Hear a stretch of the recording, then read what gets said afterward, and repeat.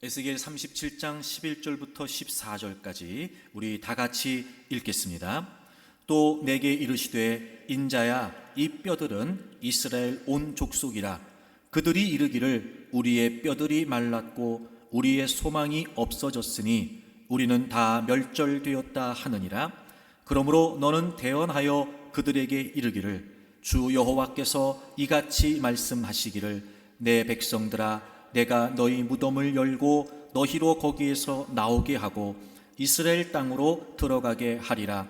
내 백성들아, 내가 너희 무덤을 열고 너희로 거기에서 나오게 한즉 너희는 내가 여호와인 줄을 알리라. 내가 또 내 영을 너희 속에 두어 너희가 살아나게 하고 내가 또 너희를 너희 고국 땅에 두리니 나 여호와가 이 일을 말하고 이룬 줄을 너희가 알리라. 여호와의 말씀이니라. 아멘. 회복이 불가능한, 소망이라고는 도저히 찾아볼 수 없는 그런 절망의 상태, 하나님으로부터 은혜가 끊어졌다고 여겨질 수밖에 없는 그런 절망적인 상태에 그들이 놓여 있었습니다. 그도 그럴 것이, 그들이 이런 비참한 처지에 이르게 된 것은 하나님께 불순종했기 때문이었고 하나님이 그토록 금하셨던 우상 숭배를 범했기 때문이었습니다. 하나님은 오랜 시간 그들에게 돌이킬 수 있는 기회를 주셨음에도 불구하고 그들은 오히려 하나님을 등지고 하나님을 떠나게 됩니다. 그들은 지금 하나님의 심판 속에 나라가 망하고 포로로 끌려가 비참한 삶을 살고 있었던 거지요. 말 그대로 완벽한 절망이었습니다. 그런데 아직 끝이 아니었습니다. 하나님께서 분명히 그들에게 말씀하십니다. 주 여호와께서 이같이 말씀하시기를 내 백성들아, 내가 너희 무덤을 열고 너희로 거기에서 나오게 할 것이다. 나오게 하신대요. 내 백성들아, 내가 너희 무덤을 열고 너희로 거기에서 나오게 할 것이다. 그들은 절망이었습니다. 더 이상 희망과 소망이 없었습니다. 그런데도 하나님은 아직 끝이 아니라고 말씀하시는 겁니다. 그리고 심지어 하나님은 이렇게까지 말씀하세요. 여러분, 오늘 본문 10절을 보실까요? 10절. 이에 내가 그 명령대로 대언하였더니 생기가 그들에게 들어가매 그들이 곧 살아나서 일어나 서는데 극히 큰 군대더라. 하나님께서 이스라엘 백성들을 살리십니다. 다시 세우십니다. 심지어 그들을 극히 큰 군대가 되게 하신다는 겁니다.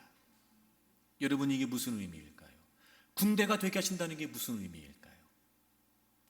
하나님이 그들을 사용하시겠다는 거예요.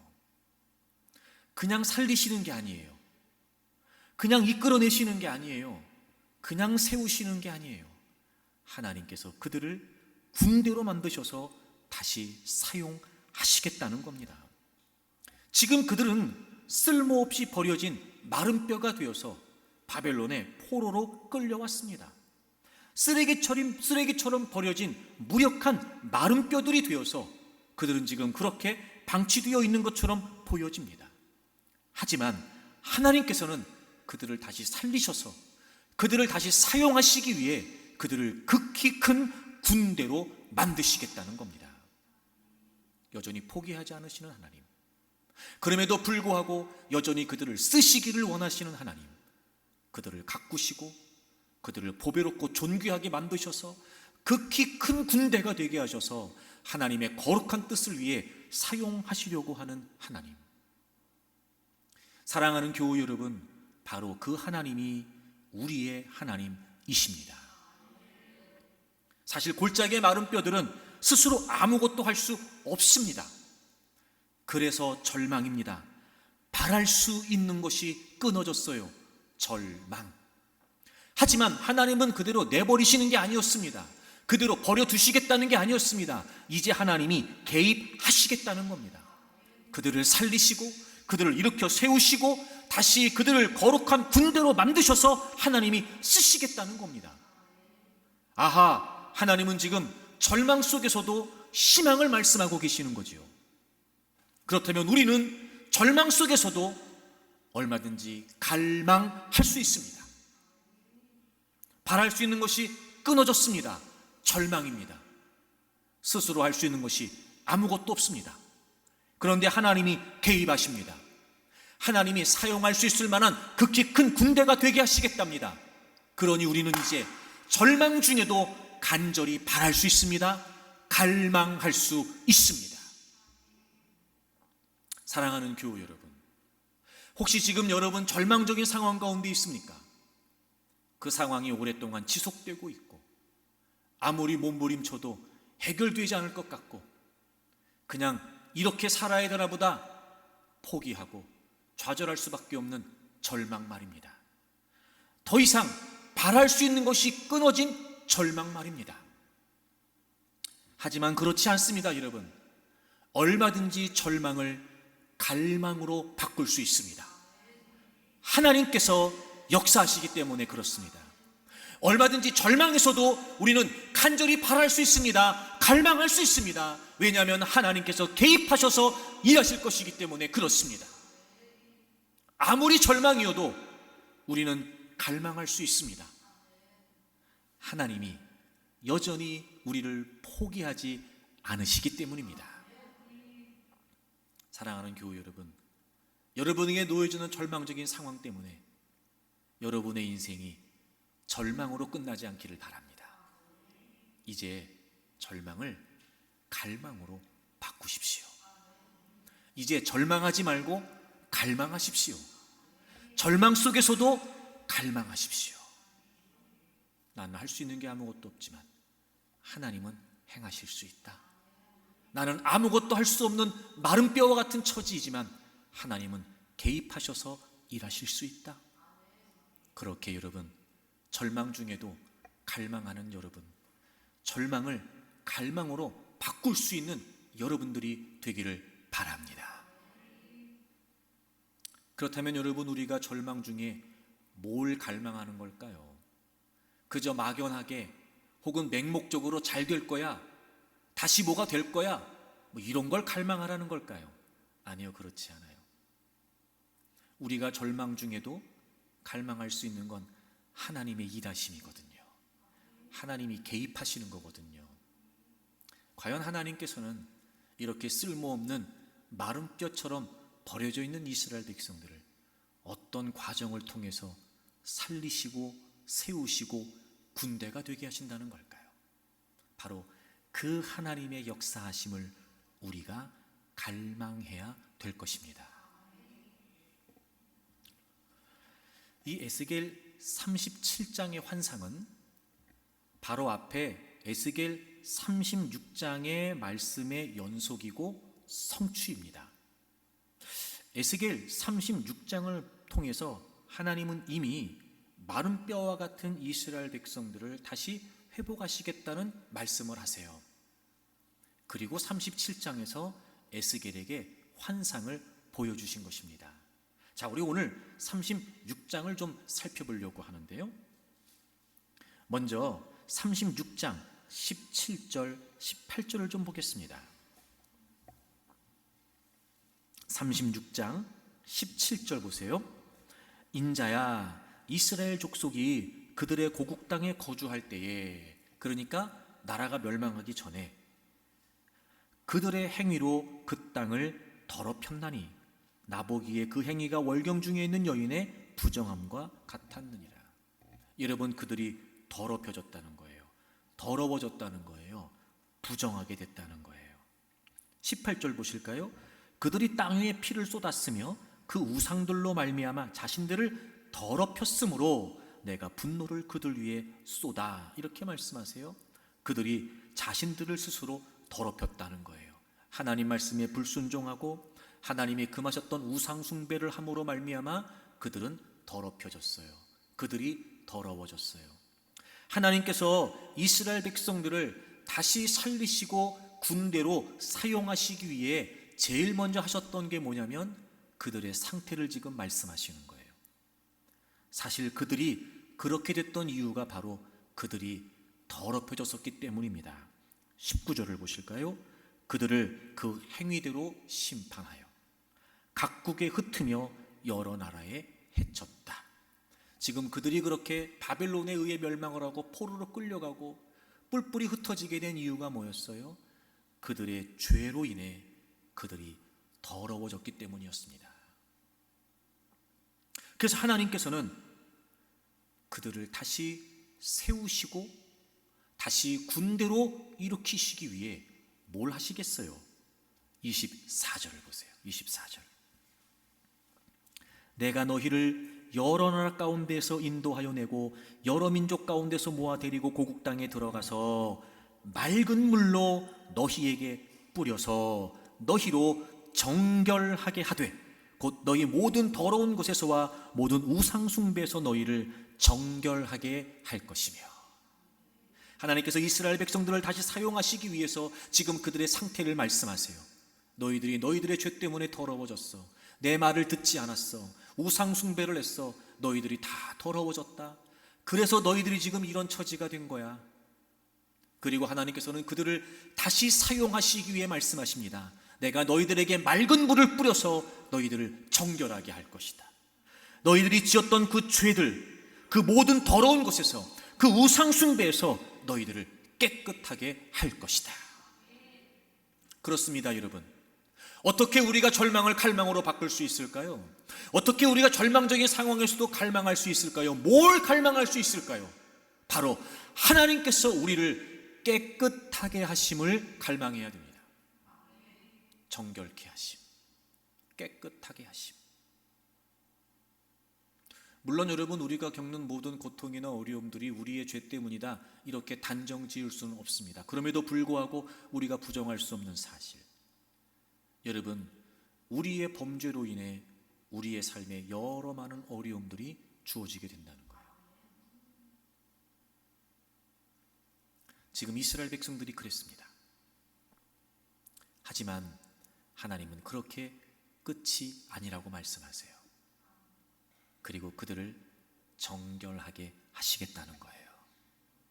그렇습니다, 여러분. 절망 중에 우리가 뭘 갈망해야 될까요? 하나님이 우리를 깨끗게 하신다는 걸 갈망해야 됩니다. 우리가 한 가지 간과하고 있는 사실이 뭐냐면, 죄는 쓸모 있는 우리를 쓸모 없게 만든다는 거예요. 분명히 하나님은 이스라엘 백성들을 하나님의 뜻을 따라 쓰시기 위해 선택하신 겁니다. 그런데 그들이 왜 쓸모없이 버려진 마른 뼈가 되었습니까? 바로 그들의 죄 때문이었습니다. 잊으시면 안 돼요. 여러분, 쓸모 있는 우리가 쓸모 없는 모양이 되는 이유, 바로 우리의 죄 때문입니다. 그러므로 우리는 늘 하나님께서 우리를 정결하게 해주시기를, 하나님께서 늘 우리를 깨끗하게 해주시기를 갈망해야 됩니다. 이런 거예요. 절망 중에도 하나님이 깨끗게 하심을 갈망하게 되면 반드시 하나님은 우리를 쓰신다는 거예요.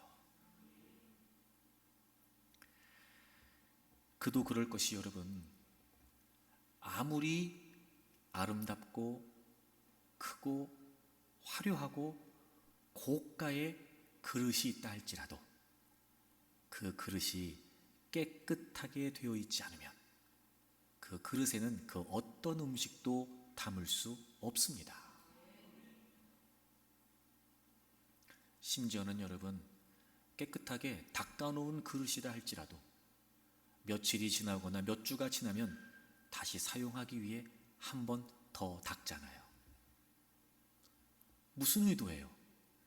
깨끗해야 쓸 수 있다는 거예요. 디모데후서 2장에서 성경이 우리에게 가르치고 있는 것처럼 정말 귀하게 쓰여지는 그릇, 귀하게 쓰여지는 그릇, 주인의 쓰임에 합당한 그릇, 어떤 그릇이에요? 깨끗한 그릇이에요. 깨끗한 그릇이에요. 깨끗하지 않으면 사용할 수가 없어요. 아무리 사용하고 싶어도 더러운 게 묻어 있으면 쓸 수가 없어요. 그래서 그 그릇을 정말 사용하기를 원하면 제일 먼저 뭐를 해요? 깨끗하게 닦아요. 설거지부터 한다고요. 그리고 사용하는 거예요. 그래요. 하나님은 아직 끝이 아니라고 우리에게 말씀하시는 거예요. 그래서 하나님은 우리를 다시 일으켜 세우시기를 원하시고 극히 큰 군대가 되게 하기를 원하세요. 제일 먼저 하나님이 하시는 게 뭐예요? 우리를 깨끗게 하시는 거예요. 사실 여러분, 이 죄에 관한 이야기는 저도 여러분도 부담스럽습니다. 하지만 그럼에도 불구하고 우리가 이 이야기를 하지 않을 수 없습니다.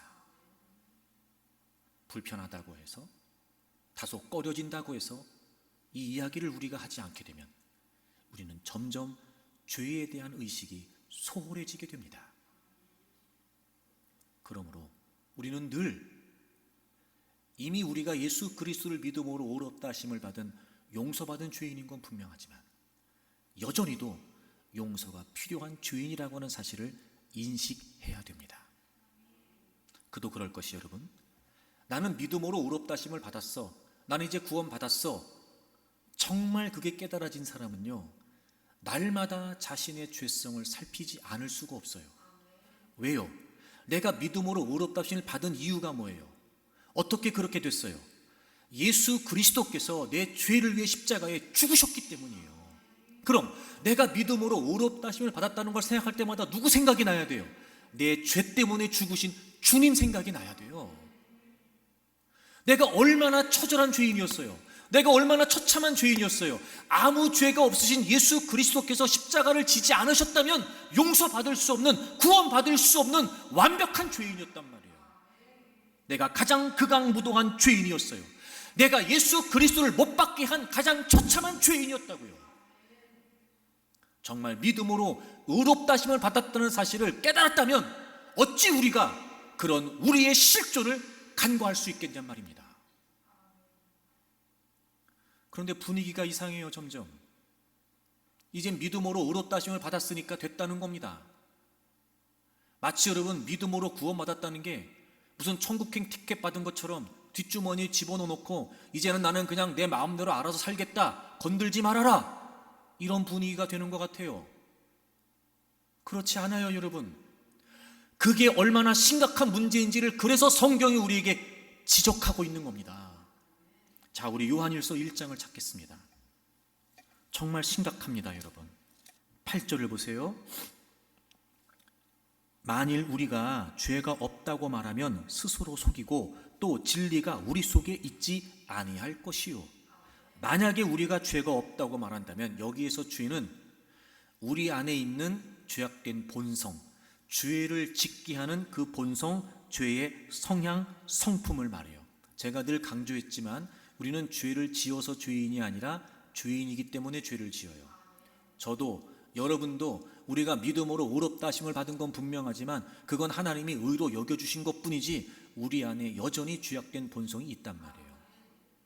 근데 만약에 우리 안에 그런 죄악된 본성이 없다고 말한다면, 즉 죄를 지을 가능성이 없다고 말한다면 그건 뭐래요? 스스로 속이는 거래요. 여러분이 속인다는 단어가 무슨 말인가 찾아봤더니요, 길을 잃게 한다는 말이에요. 자 보세요. 나는 괜찮아, 나는 괜찮아, 이 정도면 됐어, 이렇게 스스로 죄를 지을 수 있는 가능성을 인정하지 않는 게요, 스스로 길을 잃게 만드는 거예요. 자기가 자기를 속이는 거예요. 자기한테 자기가 속아 넘어가는 거예요 여러분. 더 충격적인 건 뭔지 아세요? 만약에 그렇다면 진리가 우리 속에 있지 않대요. 여러분, 이게요 진짜 충격적인 표현이에요. 자, 요한복음을 찾아보실까요? 요한복음 8장, 잠깐 요한복음 가볼게요. 자, 요한복음 8장 44절. 너희는 너희 아비 마귀에게서 났으니 너희 아비의 욕심대로 너희도 행하고자 하느니라. 잘 보세요. 그는, 여기서 그는 누구예요? 마귀예요. 처음부터 살인한 자요, 진리가 그 속에 없으므로. 이런 마귀를 지금 뭐라고 표현해요? 진리가 그 속에 없대요. 마귀는 진리가 그 속에 없어요. 자, 다시 요한일서 1장 돌아오세요. 만일 우리가 죄가 없다고 말하면, 즉 죄악된 본성을 인정하지 않으면, 죄를 지을 수 있는 가능성이 여전히 있다는 걸 인정하지 않으면 우리 속에 뭐가 없대요? 진리가 없대요. 이게 무슨 말이에요? 죄악된 본성을 인정하지 않으면은요, 우리가 마귀와 같은 거라는 거예요. 여러분, 이게 얼마나 심각해요? 이게 얼마나 충격적이에요? 근데 괜찮다고요? 이 정도면 됐다고요? 천만에요, 여러분. 우리는요, 이 죄악된 본성에 의해 끊임없이 죄를 지을 수밖에 없기 때문에, 아니, 죄를 지을 가능성이 있기 때문에요, 끊임없이 자신을 살피고 끊임없이 정결해야 되고 끊임없이 깨끗함을 추구해야 돼요.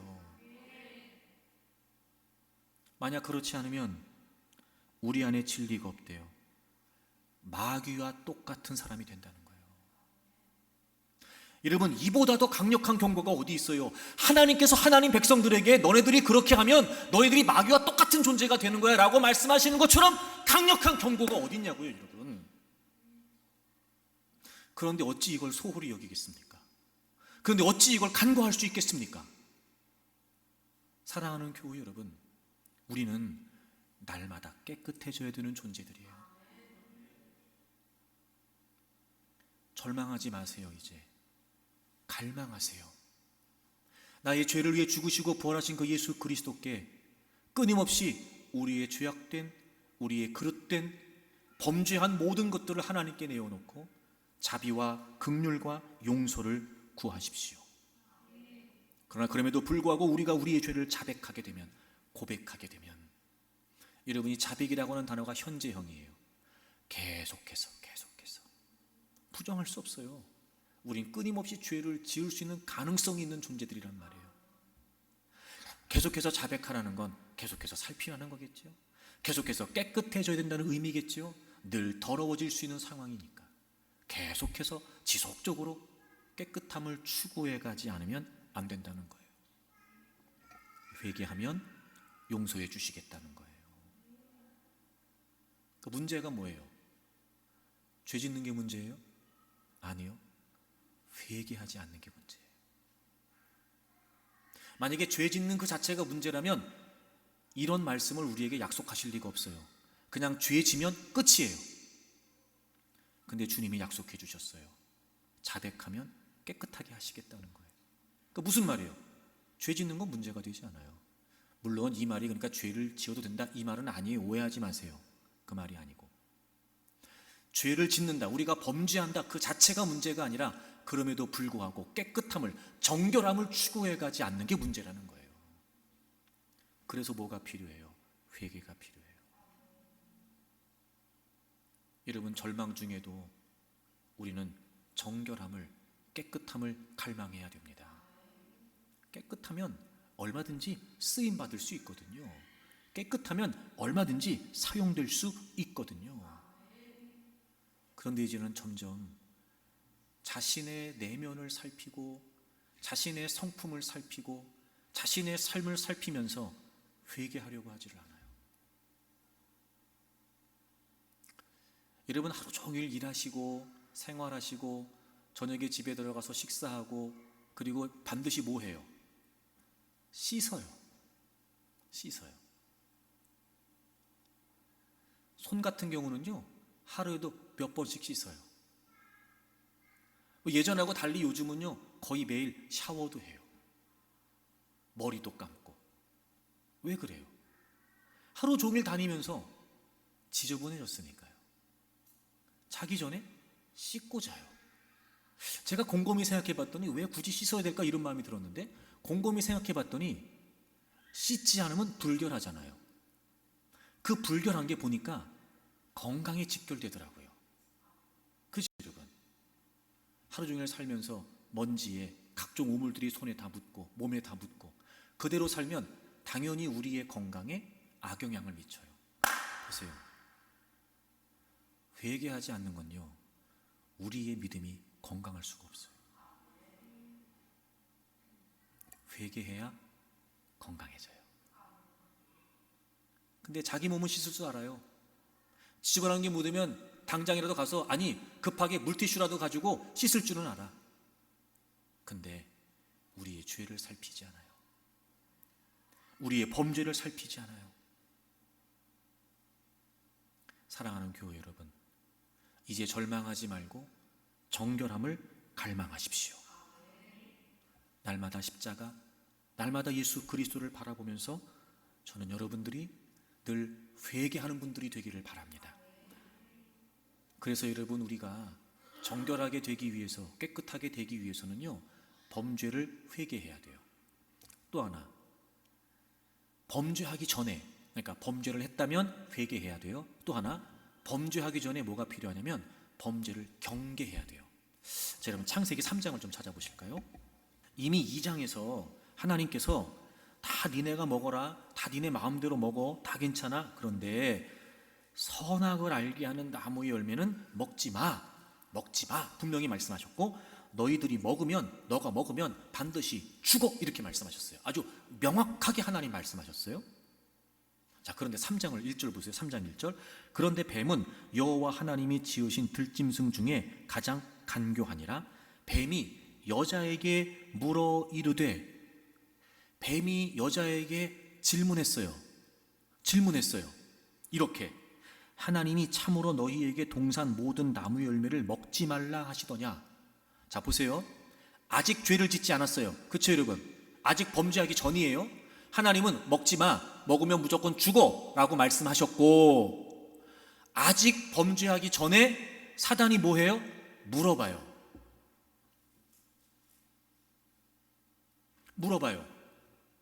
자, 보세요 여러분, 우리는요 끊임없이 우리를 죄로 유혹하는 원수마귀의 질문에 명확한 답을 갖고 있어야 돼요.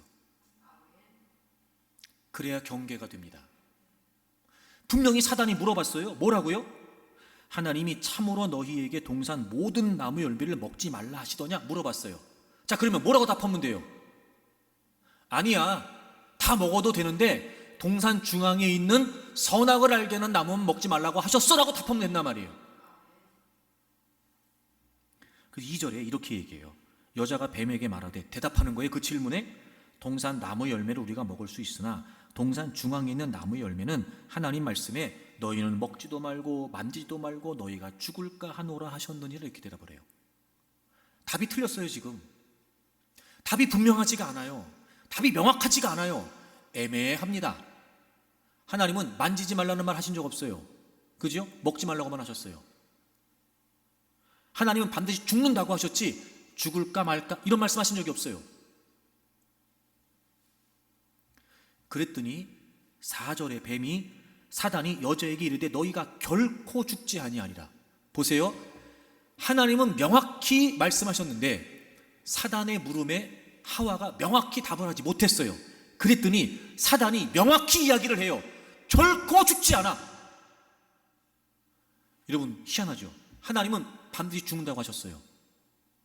그럼에도 불구하고 그 질문에 분명히 답을 하지 못해요. 애매한 태도를 보여요. 그랬더니 사단이 분명히 말해요. 결코 죽지 않는데요. 하와가 누구 말을 들었어요? 사단의 말을 듣고 선악과를 따먹어요. 여러분, 얼마든지 범죄하기 전에 경계할 수 있었단 말이에요.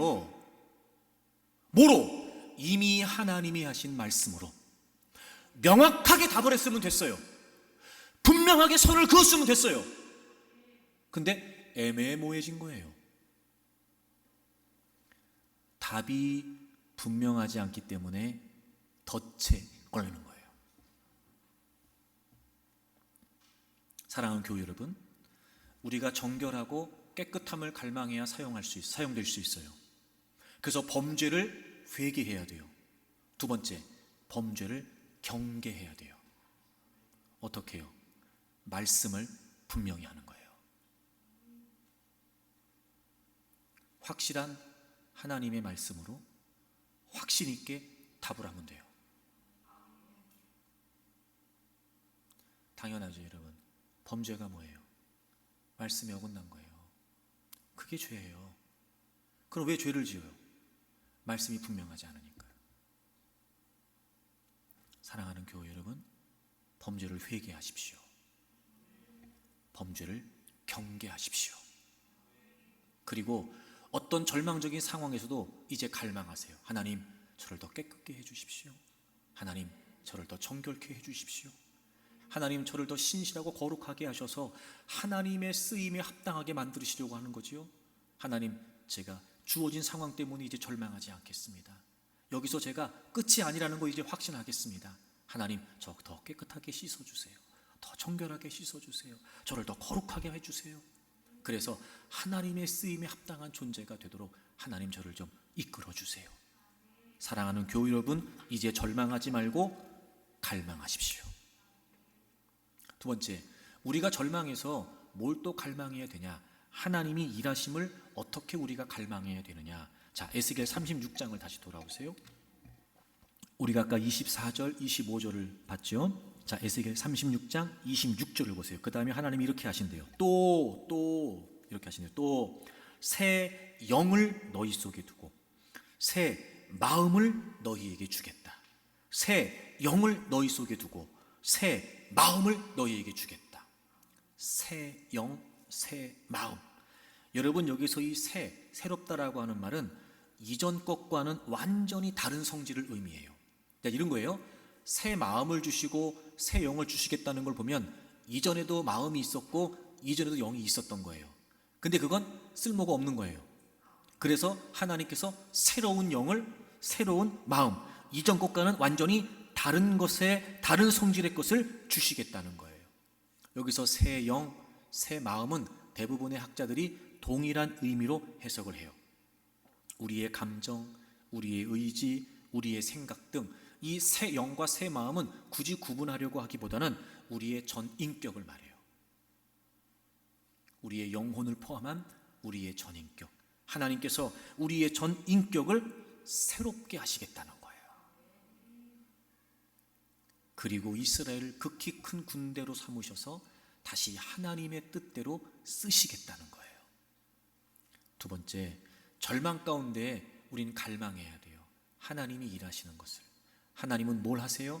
하나님은 우리를 새롭게 하세요. 새롭게 하세요. 하나님이 우리를 정결케 하시고 하나님께서 우리를 새롭게 하세요. 그러므로 우리는 절망 중에서 끝이 아니에요. 우린 여전히 갈망할 수 있어요. 하나님이 우리를 새롭게 하시기를 말이죠. 그런데 이 새롭게 한다는 말이 참 좋아요, 여러분. 그래, 나도 새로워지기를 원해. 나도 새로워졌으면 좋겠어. 그래, 하나님이 나를 새롭게 하신다고? 너무 좋아요, 여러분. 너무 좋아요. 근데 하나님이 새롭게 하신다는 말씀을 구체적으로 우리에게 알려주세요. 자, 26절 계속 보세요. 또 새 영을 너희 속에 두고 새 마음을 너희에게 주되 너희 육신에서 굳은 마음을 제거하고 부드러운 마음을 주신대요. 그러니까 새 영, 새 마음을 지금 마음이라고 하나님이 설명하시면서 말씀하세요. 굳은 마음을 제거하고 부드러운 마음을 준대요. 그러니까 이전의 마음과 이전의 영은 뭐였던 거예요? 굳은 마음이었던 거예요. 근데 하나님이 이제 이전 것과는 전혀 다른 성질, 새로운 마음을 주시겠다는 거예요. 부드러운 마음을. 자, 여러분 저를 보세요. 여기서 굳은 마음이라는 건 돌 같은 마음이란 말이에요. 돌 같은 마음, 딱딱하게 굳어져 있는 마음. 그 돌 같은 마음을 제거하시고 부드러운 마음을 주시겠다는 거예요. 자, 여러분 그러면 보세요. 자, 돌 같은 마음을 제거하고 부드러운 마음을 주신대요. 그럼 이 제거한다는 말이 무슨 말이에요? 여러분, 돌 같은 마음이, 돌이 어떻게 하면 부드러워져요? 깨트려져야 돼요. 깨져야 돼요. 그럼 부드러워져요. 아무리 큰 돌이고 아무리 강한 돌이라도요, 계속해서 깨트리면요 아주 부드러운 흙이 되죠. 돌 같은 굳어진 마음을, 그런 존재였던 우리를 하나님께서 제거하시고 부드러운 마음이 되게 하시겠대요. 깨트리신다는 거예요. 깨트리신다. 여러분 생각나는 대목 없으세요? 예레미야 18장에 보면 하나님께서 예레미야를 토기장이 집으로 가게 하세요. 그리고 그 토기장이가 그릇을 만드는 모습을 보게 하시죠. 가만히 토기장이를 봤더니 그릇을 만들다가 계속해서 만들다가 깨트리고 만들다가 깨트리고 만들다가 깨트리고. 여러분 왜 이렇게 도자기 같은 거 만드는 거 그러고 보면 막 이렇게 막 만들다가 일단 굳기 전 단계에서도 마음에 안 들면 진흙을 다 뭉개잖아요. 그리고 그리고 어떻게 해요? 또 다시 만들고, 또 하다가 모양이 또 안 되면 또 뭉개고, 모양이 잘 만들어졌어도 굽고 나서 모양이 마음에 안 들면 어떻게 해요? 깨트려요. 계속 뭉개고 계속 깨트리고, 그렇게 토기장이가 그릇을 만드는 모습을 예레미야에게 보게 하세요. 그리고 하나님이 말씀하시죠. 이 토기장이가 하는 것 같이 내가 너희에게 능히 하지 못하겠느냐. 새롭게 하신다는 게 무슨 말씀이에요? 이전 것들을 제거하신다는 게 무슨 말씀이에요? 우리를 깨트리시는 거예요. 다 새롭게 되기를 원해요. 다 새로워지기를 원해요. 그런데요, 하나님이 우리를 새롭게 하시는 방법이 뭐예요? 깨트리시는 거예요. 그래서 여러분, 우리가 깨지면 깨질수록 새로워지는 거예요. 하여튼 뭐 아멘이 쉽지 않은 건 저도 이해가 됩니다. 저도 좀 그렇습니다, 사실은. 깨트리지 않고 새롭게 하시는 방법이 없을까? 그러면 너무 좋겠어요. 근데 워낙 우리가 돌덩이 같아서 그냥 새로워질 수가 없어요. 그래서 하나님은요, 깨트리시는 거예요.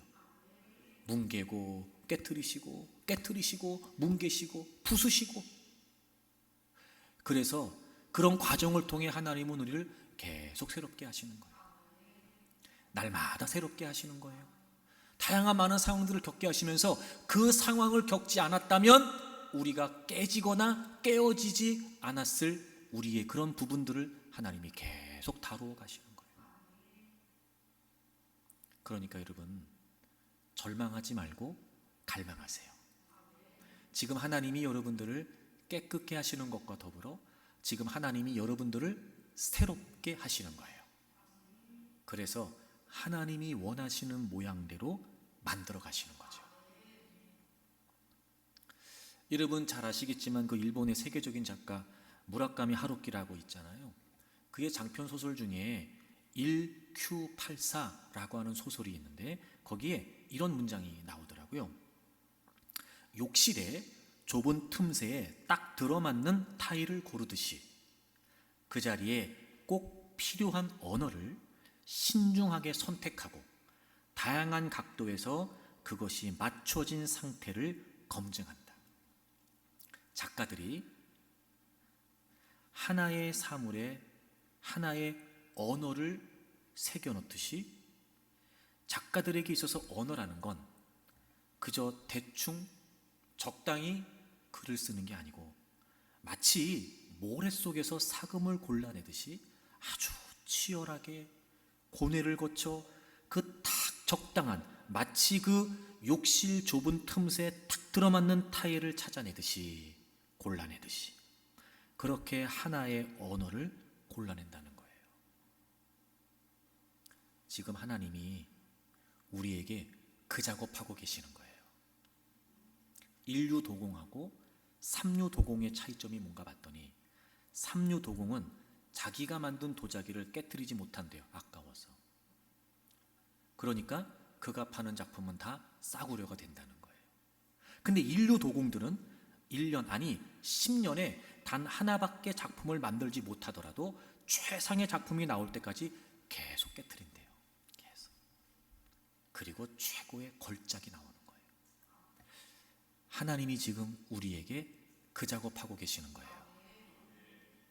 인류소설가하고 삼류소설가의 차이가 뭔가 봤더니 삼류소설가는 자기가 알고 있는 게 아까워서 하나도 버리지를 못하고요, 자신의 소설 속에 다 집어넣는데요. 그래서 소설이 초점이 흐려지고 산만해진답니다. 근데 인류소설가는요, 많은 것을 알고 있지만 버릴 줄 안대요. 즉 무슨 말이냐, 가장 절제된 최상의 언어로 한 올 한 올 글을 써간다는 거예요. 하나님이 지금 그 작업하고 계시는 거예요. 하나님이 우리 땅에 보내실 때 우리를 통해, 여러분들을 통해 이루시려고 하는 분명한 하나님의 목적이 있으세요. 마치 하나의 사물에 하나의 언어가 있는 것처럼 지금 하나님이 그 작업하고 계시는 거예요. 그러니까 여러분, 절망하지 말고 갈망하세요. 하나님께서 나를 지금 새롭게 빚어가고 계신다. 하나님의 뜻에 딱 들어맞는, 마치 그 좁은 틈새 타일을 골라내고 만들어내듯이 가장 절제된 최상의 언어로 작가들이 글을 써내려가듯이 지금 하나님은 우리를 하나님의 뜻에 합당한 존재가 되도록, 하나님의 사명에 걸맞는 존재가 되도록 날마다 우리를 새롭게 빚어가고 만들어가고 계신다는 거죠. 저는 여러분들이 이 하나님을 신뢰할 수 있기를 바랍니다.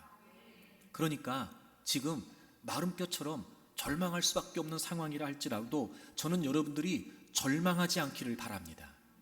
나를 지금 새롭게 빚어가고 계시는, 나를 지금 새롭게 만들어가고 계시는 하나님을 온전히 신뢰하고 그 하나님의 계획을 여러분들이 온전히 신뢰할 수 있기를 바랍니다. 홀로코스트의 생존자였던 애니타 딥맨이라고 하는 사람이 이런 이야기를 남겼어요. 하나님은 우리의 깨어진 희망과 꿈 조각들을 모아서 당신의 계획에 맞게 새롭게 만드신다. 그분의 계획은 우리의 계획과 매우 다르다. 하지만 분명한 것은 그분의 계획이 우리의 계획보다 훨씬 뛰어나다는 사실이다. 여러분, 하나님은 실수하지 않으세요. 하나님은 실패하지 않으세요. 하나님은 후회하지 않으세요. 우리의 계획보다 하나님의 계획이 더 뛰어나요. 우린 지금 당장 내 꿈이 부서지는 것 같고, 우린 지금 당장 내 인생이 조각나는 것처럼 보여질 수 있어요. 이젠 절망이야, 이젠 끝났어 라고 여겨질 수도 있어요. 하지만 그렇지 않아요. 우린 절망 가운데도 우리를 새롭게 하시는 하나님을 갈망할 수 있단 말이에요. 우리가 더 새로워져 가고 있다. 하나님의 계획과 섭리에 걸맞게 우리가 더 새로워져 가고 있다는 사실을 우리가 갈망할 수 있어요. 저는 여러분들이 그 하나님을 신뢰하고 갈망을 품을 수 있기를 바랍니다. 오늘의 결론이에요. 자, 로마서 11장을 찾으세요. 로마서 11장 29절입니다. 다 같이 읽겠습니다. 시작. 하나님의 은사와 부르심에는 후회하심이 없느니라. 아멘. 하나님의 은사, 여기서 은사라고 하는 말은 은혜로 주어진 선물이에요. 구원을 말해요. 값없이 주어진, 여러분, 하나님의 구원의 역사에는요, 우리에게 값없이 주어진 은혜만 있어요. 값없이 주어진 은혜만. 그 하나님의 은사와 은혜와 부르심. 여러분, 하나님이 우리를 구원하셨다는 건 하나님이 우리를 부르셨다는 거잖아요. 하나님이 우리를 구원하셨다는 건 하나님 백성으로 선택하신 거잖아요. 왜요? 하나님의 뜻에 맞게 쓰시려고요. 그 하나님의 부르심에는, 그 하나님의 은혜에는 후회하심이 없대요. 여러분이 후회함이 없다는 말이 무슨 말인가요? 봤더니 취소되지 않는다는 거예요. 취소되지 않는다. 이야, 그러니까 우리는 실패해도 하나님은 그 실패를 다시 선이 되게 하세요.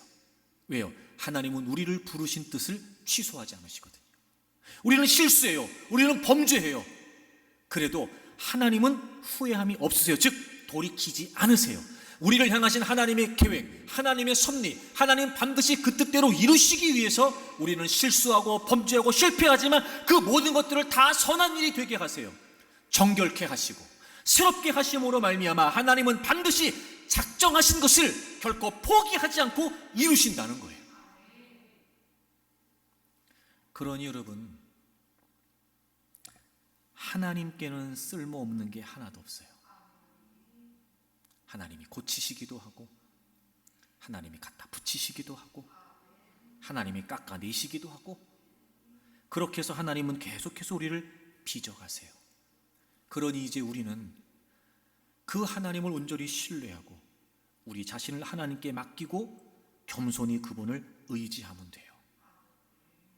더 깨끗하게 씻어가시는 거예요. 우리를 더 새롭게 빚어가시는 거예요. 후회하심도 실수하심도 없으신, 오히려 신실하시고 긍휼하신 그 하나님을 신뢰하고 우리가 어떤 절망 가운데서도 갈망할 수 있다면, 여러분, 오늘은 절망이 아니라 희망이 될 수 있고, 지금 우리의 모습은 절망이 아니라 소망이 될 수 있습니다. 사랑하는 교우 여러분, 절망하지 말고 갈망하십시오. 우리를 깨끗게 하심을 갈망하십시오. 우리를 새롭게 하심을 갈망하십시오. 그리고 온전히 그분께 여러분의 삶을 맡기고 완전하고 선하게 이끌어 가시는 하나님의 섭리를 따라 저는 여러분들이 하나님의 뜻을 이루어가는 극히 큰 군대가 되어서 하나님의 영광을 드러내는 분들이 되기를 주 이름으로 축복합니다.